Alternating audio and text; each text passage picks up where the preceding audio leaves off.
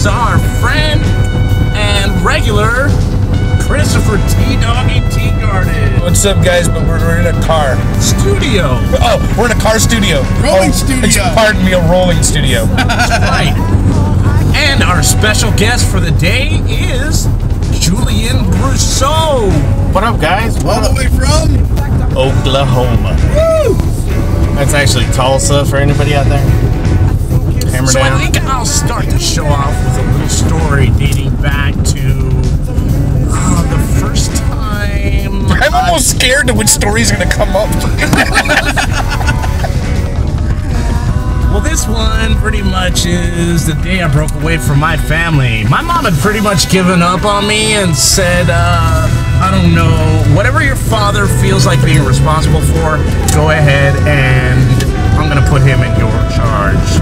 And so my dad signed off on paying for a rent check and a house that was pretty much a speed dealer's house. San Fernando Valley to your house. Right off the 210 freeway. Richie, remember that guy? Speed Demon Richie. Dude, that guy played drums with everybody. He played drums with Jimmy Page and Randy Rhoads and stuff. He's bad, dude.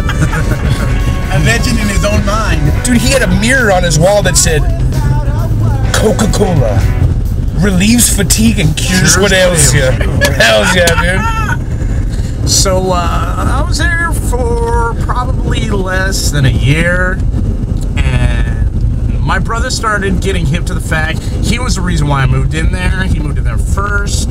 They were a place where we used to party, and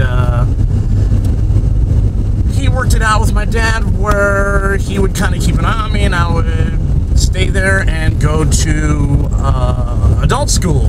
But I never really made it to adult school. I was doing a lot of partying down there, and my brother came to the decision. He did like the math in his head, and it worked out that I was kind of encroaching on the amount of drugs that were in one house for Rodriguez's name. And he thought I needed to go to rehab. The story kind of goes where my whole family kind of felt I needed to go to rehab, but seen through the eyes of my brother. Wasn't he the guy that was actually supplying all of these loads of supplies, Steve? Yeah, he was dealing on the side too. Dude, me and Wes would we'd want to smoke some weed, and we wouldn't have no weed. So, what was the name of that dog? It was like an English Bulldog.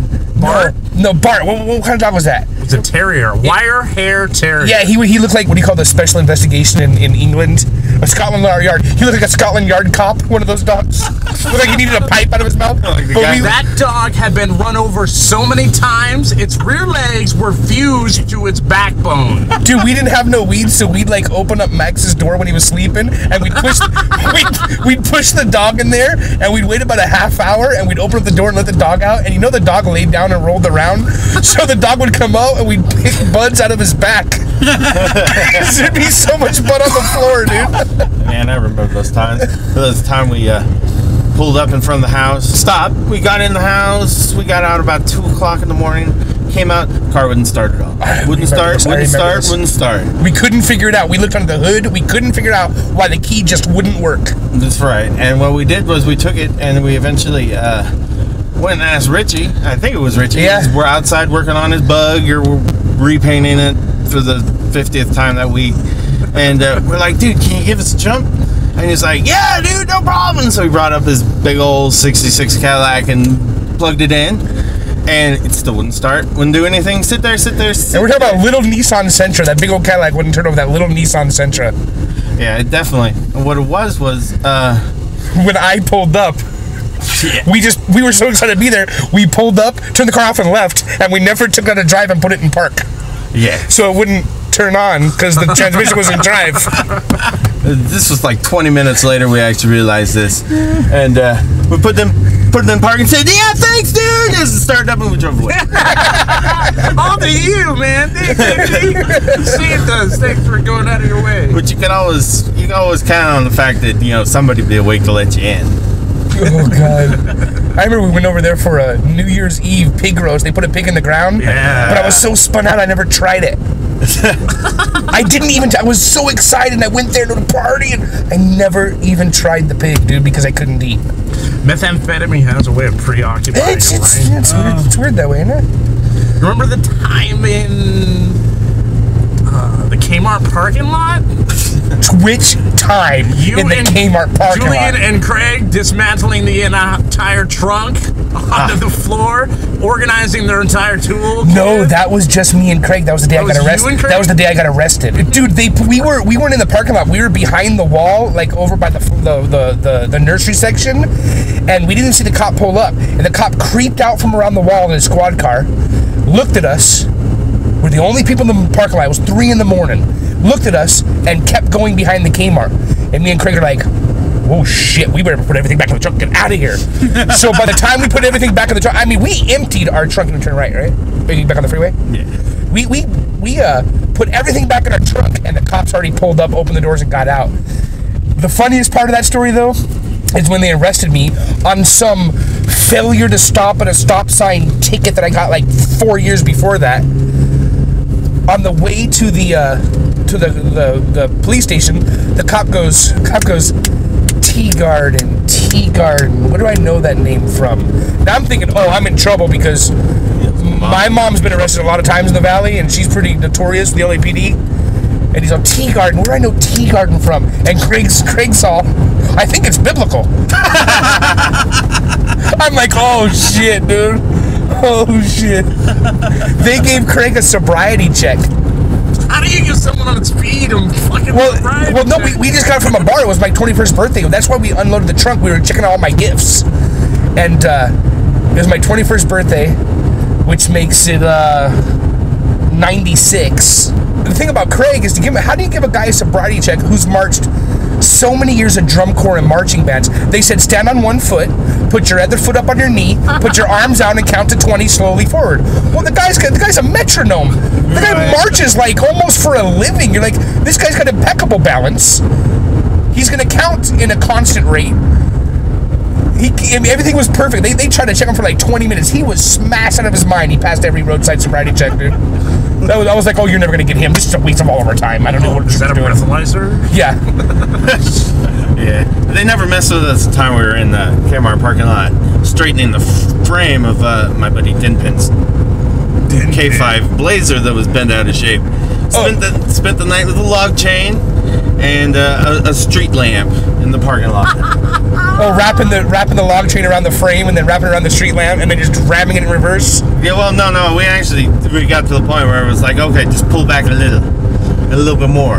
And we slowly stretched that to the point where the truck ran on and on and on until the engine just finally gave up and died. That's the old school way of straightening a frame. Yeah, we just took the chain and did it because it'd been held on to the transmission mount for months before that by our belts that we used when we actually got in the accident. We'd tied the belts around into the transmission and the frame, and actually they were there when we took them off after we straightened it. So Held the truck together with their pants belt. like, dude, we need something to hold us down, and we're like, okay, I got a belt. You're like, I got a belt too. So we just freaking wrapped around there, and that's we drove back from Devonshire and Balboa that way, and then months on in, we're like, yeah, we'll fix it when we get back, and then we just Gave up on it. yeah. So how long, Wes, have you known Julian, and how did you guys meet? I met Julian. Julian, you didn't go to Verdugo, did you? Yeah, I did. I didn't meet Wes until after we were both not going to Verdugo anymore. Right. Right, because you were in the marching band. That's how you knew Chris and Craig and Dan and everybody. Like, and Dan was living with me. Oh, hold Chris on. Let's was not go any further. Right. Let's talk about why we're on this rolling podcast. Julian's in town for 9 days. He's already been here for 4 days or something. We can't get a hold of our buddy Kraig. Kraig has turned his phone off. His cell phone number that I have doesn't belong to him anymore. We can't get a hold of him. So we're on the road on a mission to find Kriggity Kraig. We're gonna go to his house if he's not there. We're gonna go to his work. I don't know what we're gonna do, but we're gonna find this guy, man. It is 11 o'clock at night, and we are on the road on a mission to find this bastard. We will find him. So we're going to Tujunga. We're going up to the Rock, Tujunga, California, and we will find Kriggity Kraig. That's why we're doing this rolling podcast. How did he get the name Kriggity Kraig?